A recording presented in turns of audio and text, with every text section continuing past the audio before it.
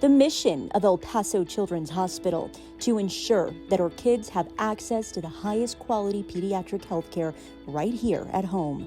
Over the past several years, the hospital has gained a reputation not just locally, but across the country and around the globe for its team of experts specializing in minimally invasive endoscopic craniosynostosis surgery. As soon as we started talking to Dr. Yates, after a video call, I was like, we're gonna go to El Paso. Morgan, Brandon, and their daughter Scarlett Hovde are from Spokane, Washington. They found themselves here, about a 24-hour drive away in El Paso, Texas.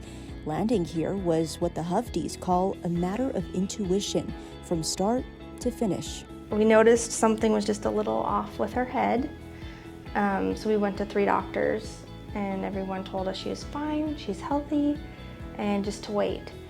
But I had done some research and I saw that if you keep waiting, and it is craniosynostosis, that it can cause some problems, and there's treatment options aren't available if you wait longer. After doctor's visits and an ultrasound found nothing wrong with Scarlett, the Hovdes still felt it in their heart that there was something that just wasn't right with their baby girl. They requested a CT scan, and it was then that Scarlett was diagnosed with craniosynostosis, a diagnosis that medical director for the Cranial and Facial Clinic at El Paso Children's Hospital, Dr. David Yates, says is more common than many might think. So craniosynostosis is something that happens to a patient, usually a baby, when they are born with a suture of the skull that is fused. So the sutures of the skull, there's one right here, which is the sagittal suture. There's lambdoid suture here and here, coronals here and here. And then there's minor ones, but those are the major ones. So in 1 in 2,000 live births, one of these sutures is fused, and that is called craniosynostosis. The Hovdes quickly sought treatment closer to home.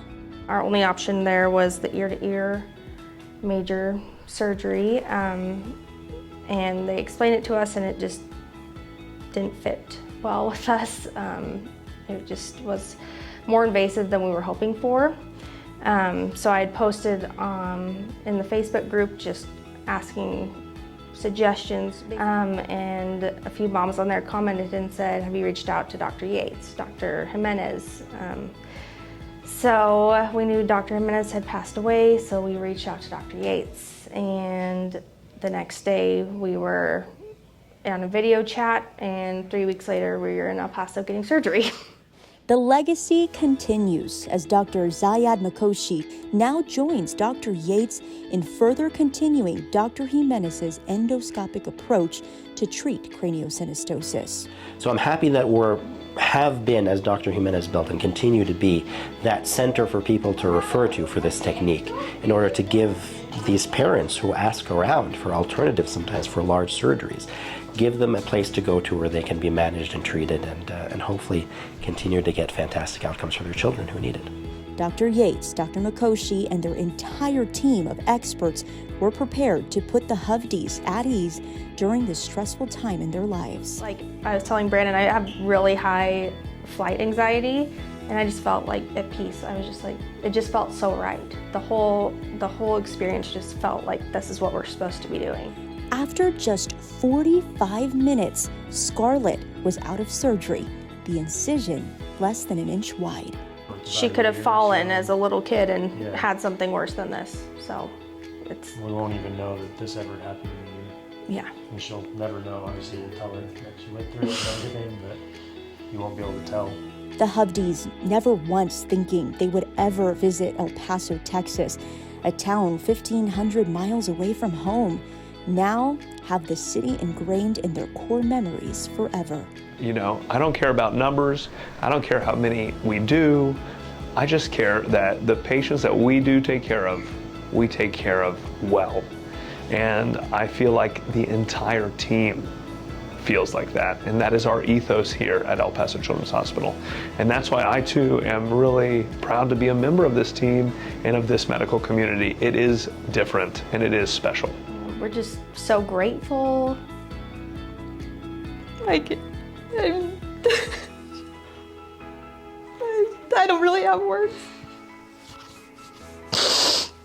We're just so happy, and we will never be able to thank everyone enough for what they've done for us.